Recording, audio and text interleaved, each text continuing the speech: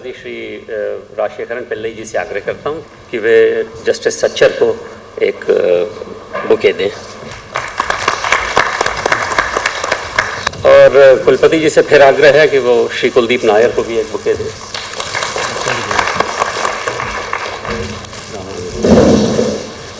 Professor Ramanujan से मैं request करता हूं कि वो वाइस चांसलर साहब को बुके दें।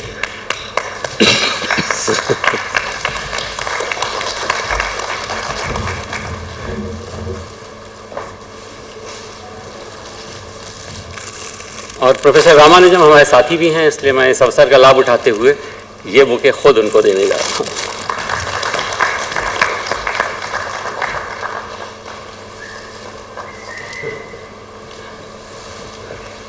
मैं प्रोफेसर रामानुजम को आमंत्रित करता हूं कि वो आकर इस सेमिनार के बारे में हम सब लोगों को बताएं। This seminar aims at taking the message of India's freedom struggle to the masses, to the youth and the younger generation. Therefore, the purpose of this seminar is not to ask historians and scholars to talk to themselves on the issues often debated. Keeping in view the focus of the Indira Gandhi Center for Studies on Freedom Struggle, this seminar aims at bringing to light some of the unknown or forgotten aspects of India's freedom struggle. Our Vice Chancellor, Professor V.N. Rajshekharan Pillai, to kindly deliver the presidential address. First of all, let me congratulate Professor Ramanujam and the organizing committee under the aegis of the Indira Gandhi Center for Studies on Freedom Struggle for organizing this two-day seminar, which is very relevant. I am also glad that we have two eminent persons for the inaugural session of this event. I take this opportunity to welcome the distinguished speakers for the inaugural session, Sri Kuldeep Nair, an eminent journalist and one of the most respected persons in the country and all over the world, for his contribution to the cause of democracy, and Justice Rajendra Sachar, who has always distinguished himself as a judge and an upholder of the constitutional rights of the people of India. Justice Sachar's recent contributions as the chairman of the Minorities Commission are too well known to be elaborated. Sri Kuldeep Nair has been always active in defending human dignity, freedom of speech, expression and thought. He effortlessly breaks narrow walls and barriers through his cosmopolitan outlook. I, on behalf of the university and on behalf of the organizing committee of this seminar, welcome both of you, sirs. I welcome all the distinguished participants who are going to speak or present papers today and tomorrow on different aspects of India's freedom struggle, with a particular focus on leadership and mass participation.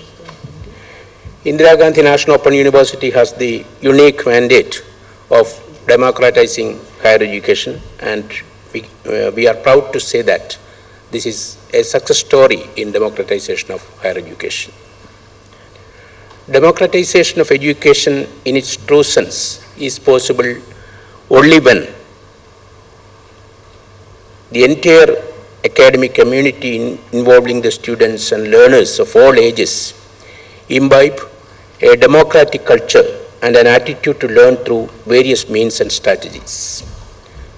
Since the motto of our university is parallel to the motto of independent India, which has been striving towards equality, enlightenment and egalitarianism, this seminar has a unique significance. It not only commemorates the extremely valuable messages from the various historical events such as the 1857 revolt, 61 years of India's independence, the centenary of Bhagat Singh, the centenary of Aruna Asaf Ali, the centenary of the national song Vande Mataram, and other landmarks of India's freedom struggle, but also attempts to remind ourselves of the value of our freedom, its abiding importance for the people of India, particularly for the younger generation. Having born into the laps of a free democratic India, today's youth are fortunate. But it is unfortunate that these young Indians are not really aware of the struggle that shaped the free India. On behalf of the university, the faculty, and the organizing committee, I once again extend a warm welcome to all of you and wish all success for the seminar. Let this seminar be an occasion to perpetuate the memory of the freedom movement. Let it succeed in inculcating the national pride and spirit of patriotism in the minds of the present generation of Indians. Let it promote research and documentation on this historical event of freedom struggle. Let us propagate the ideals of our freedom movement. Jai Hind. I request Justice Rajendra Sachar to kindly deliver the keynote address. I am not going to tell you about the post and the fights, the 1857.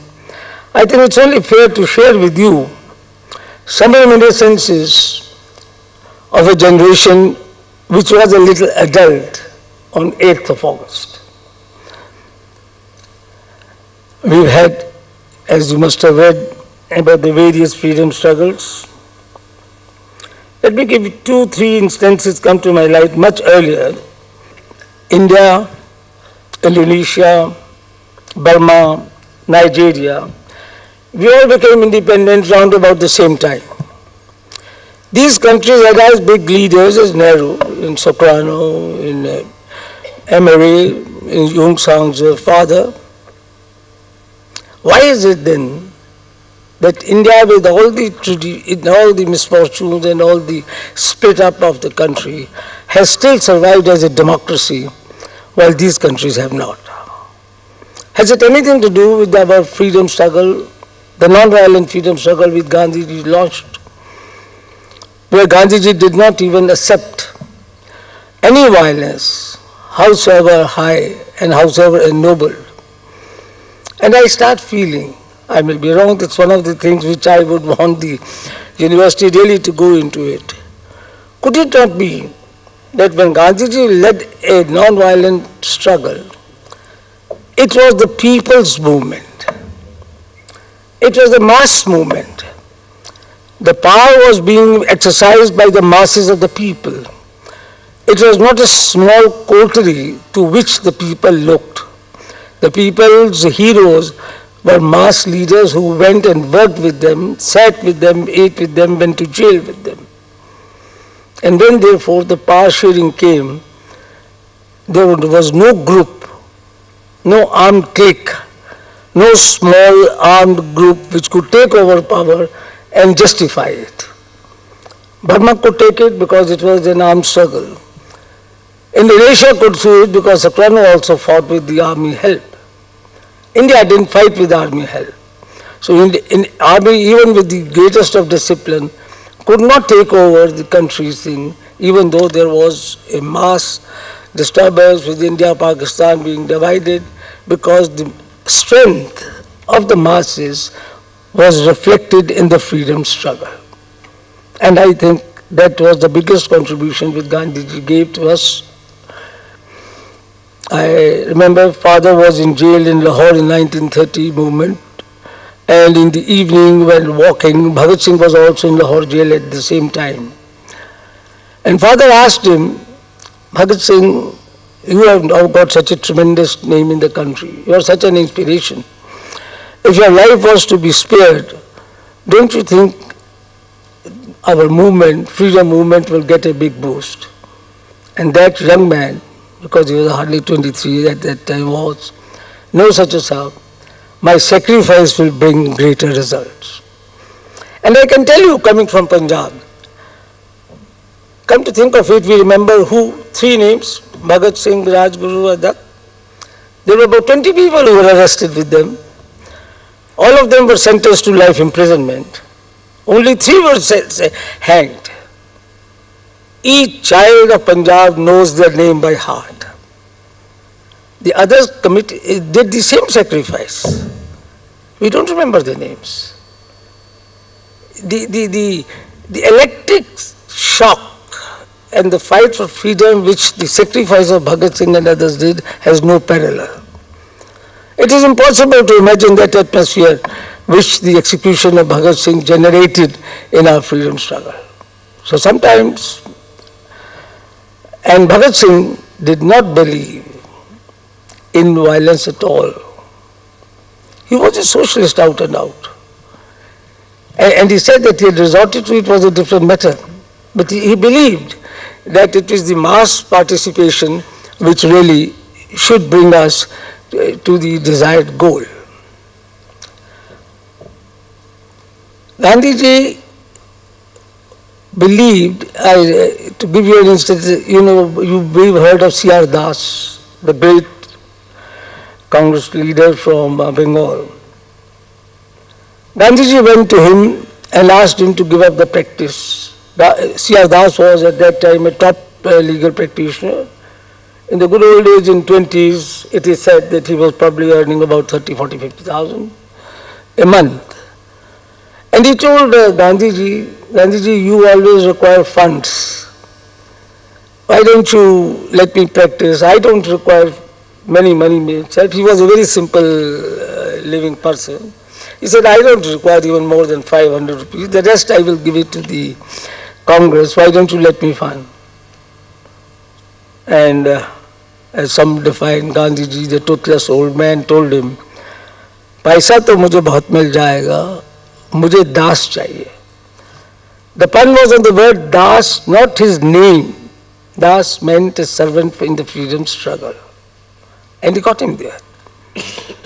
That was the kind of strength, the morale, the electric things which was generating the country when the freedom struggle was going on. It wasn't an easy thing. It wasn't that suddenly in 1947 the British thought that they can't continue and therefore they walked out. It is also a mistake to think, I personally think it has been many a time mentioned, that because of the war, Indian independence had to come in any case. This is one of the theories which is propounded, was propounded by the Royists, etc. Why did we have to go to 8th of August 1942? The suggestion was that England was fighting a battle and therefore England was spending so much, its balance of payment would be upset and therefore we will become automatically independent. I do not understand the logic of it. And as events and history has shown, it has not been so. Even after 1945 and 46, Britain tried to hold on. And as the Vice Chancellor said, and as the Professor has also mentioned, the naval ratings, the INA struggle, and the continued struggle of the masses was the one which made the British withdraw. It isn't as if after 45 they came and said, all right, we are walking out to take it over. It was the continuation fight of the ratings, the INA thing, and INA fever had to be seen to be noticed. I remember in 46, these 3 names, Shahnawaz, Sehgal, and Lakshmi. Mind you, they were very ordinary people. They were mere soldiers. They joined the army like army. They weren't motivated idealists, they weren't nationalists, but they joined the battle with Subhash Chandra Bose and became the symbol of freedom struggle. I think in Lahore when they came, oh my God, I think it probably must have been 500,000 people gathered at the railway station to give welcome to them. That was the kind of a generation of public anger at not being given freedom that made the British walk out. What did our freedom struggle tell us? It was mentioned, our constitution is about probably the best written constitution. We are supposed to be a sovereign, socialist, democratic republic. when we put in the word socialist, we emphasized that there has to be an equality amongst most of the people, an equal sharing of poverty and equal sharing of the riches. Therefore, an institution like yours, it is really a very big thing that you have held today, a function to remind us and to remind the country of what went through when this freedom struggle was to be fought. And if we take any lesson in it, it is a half-complete mission. Our freedom is not complete. We've got political freedom, but unless the economic freedom for the masses has come, our battle has to go on. And I think there is no better instrument than the universities with their knowledge, with their youth, and with their idealism to spread it. I am very happy that you have gone this seminar, and I hope it will spread.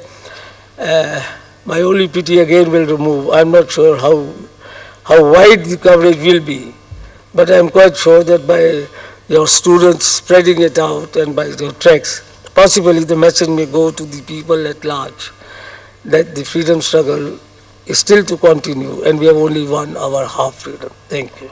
We have Shri Kuldeep Nair with us, who will give us the inaugural address. I want you to look at the independence struggle in the light of what we have achieved.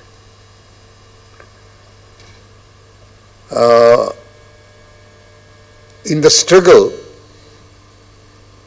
if I can recall correctly, there were 3-4 strands. One, of course, was Gandhiji was very particular about non-violence. And second, that the state should stay pluralistic.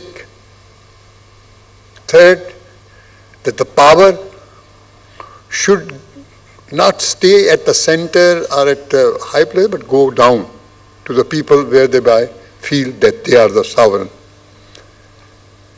And of course, last, no, not least, is that economically, also,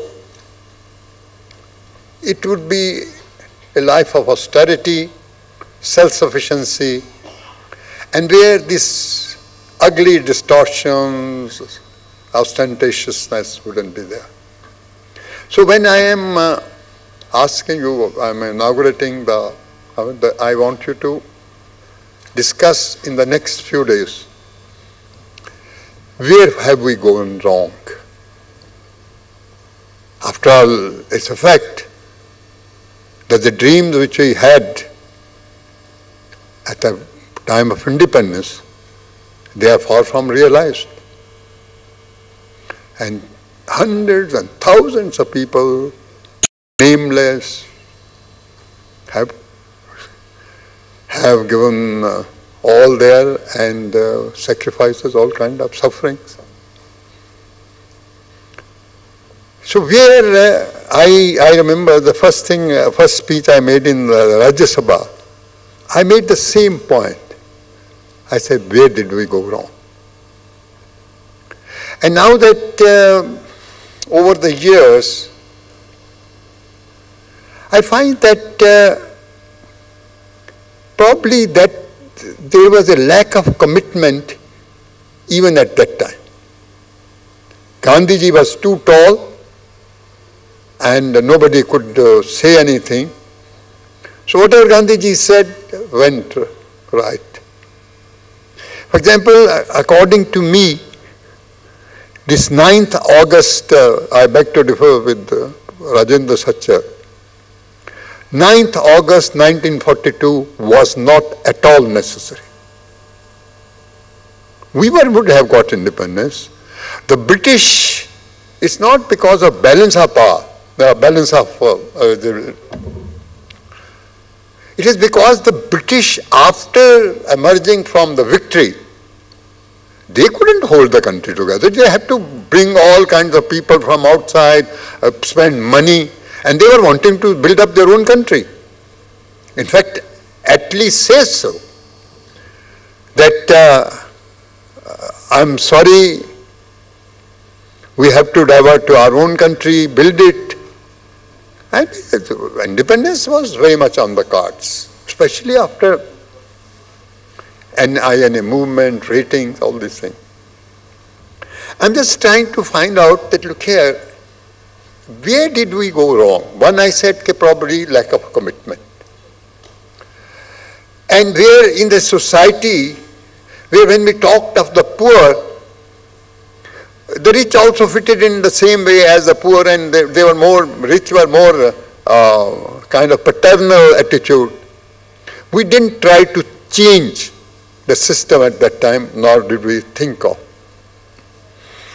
It was expected from Nehru, but Nehru's, I think, no doubt he had a trend or conviction of socialism, but he didn't do anything about it. So the national struggle was meant to one thing, and that is that how do we really, these people, how are we going to lift them up? From all the centuries of neglect, poverty, they are stuck in. Did we do anything? Only recently there has been a report by the government of India that 70% of people less than on $1. So there, something has gone wrong, and you can say that of all these years, only probably once 6 years for a government of other party, otherwise it was all Congress. So you cannot say that Congress did not get time, or probably Nehru did not get time. After Sardar Patel, he was a boss, and he didn't. Second thing was, Gandhiji used to say, and I still remember sitting in that pratna of his, and he said, you refugees, people had come from Pakistan. And he said, I know you're suffering, you have left everything behind, your relations have been murdered, etc. But remember, the country we are going to build is going to be a secular, pluralistic country. It doesn't matter if they have Islamic State or somebody else. That is not the ethos of movement. From the day one, the movement said, no, the society we shall have will not know Muslims, Hindus, Sikhs. Yes, as a community they would be, but otherwise. Have we gone far ahead on that? So that second thing you have to say, why we were not able to, or why we have not been able to really cultivate or put this thing of secular, these seeds more deeply. Because I don't have to tell you what is happening in Jammu, what's happening in Srinagar, what's happening other things. And if Gandhi had been there, he would not have sent more forces, repressive laws, and that's all. Talk. Try to find out where hurts the other. True, some militants will be there, I am not saying that. But this country is far bigger, has much more old culture, commitment, values. So that again we have to think. And ladies and gentlemen, if this pluralism doesn't stay, I don't think democracy will be able to survive in this country. I was briefly India's High Commissioner at London. Mrs. Thatcher was then the Prime Minister, and she came from Moscow. At that time, it's now 1990, 91, the Soviet Union was tottering. So I asked her, how's Mr. Gorbachev? She said, Gorbachev says, the country is slipping from my hands. What do I do? She said, I told him, go to India, your friends, and see how they for centuries, different languages, different regions, different castes, communities, creeds, they have kept the country together. So she turned out to me, Mr. High Commissioner, what do you attribute it to? I couldn't think of anything immediately. But anyway, I did say, I said, look here in our country, Madam Prime Minister, we do not think things are either black or white. We think there's a gray area and we go on expanding that gray area. That is our pluralism. And what holds it is a sense of tolerance, spirit of accommodation. I'm sorry to say that glue is drying up now. Here, so we all have to go back to think to the roots or to think of these things, how slowly and gradually communal and caste parties are getting the maximum seats, or individuals are getting seats. Is that democracy, or will that stay as a democracy? Another thing with Gandhiji, I said, I will tell you, he said, decentralize. Let people think that they are sovereign. Let them rule themselves. Self-sufficiency, some kind of thing. You see centuries becoming more and more powerful, more laws, everything monopolized here. Why should the center have anything except defense, foreign affairs, or maybe communication? Why? States should have their own. Many years ago, I was in Pakistan. Bazenjo was a very big Baloch leader, very famous Baloch leader. Bazenjo told me, he said, Kuldeep, learn the lesson from us and decentralize power. Let the states, let it be important for the states. Those who think of one center, one nation, one language, they are harming the country. Because, as Rabindranath Tagore said, let the doors be open and let the wind come from all sides. And I do not want my country to be that chauvinistic or nationalist. So, this is another thing which Gandhiji taught us. And then, of course, is the creed of violence. Ladies and gentlemen, if India has to mean anything to the country, to the world, if India has to mean anything to the people here or abroad, if people have to respect it, then we shall have to go back to our values. That value system where we were not so rich, but we were very sensitive to the injustice. We were sensitive if somebody's right was taken away, sensitive if violation of law was taken place. Can we do that? How can we do that? I think I shall await the outcome of this seminar. Thank you very much.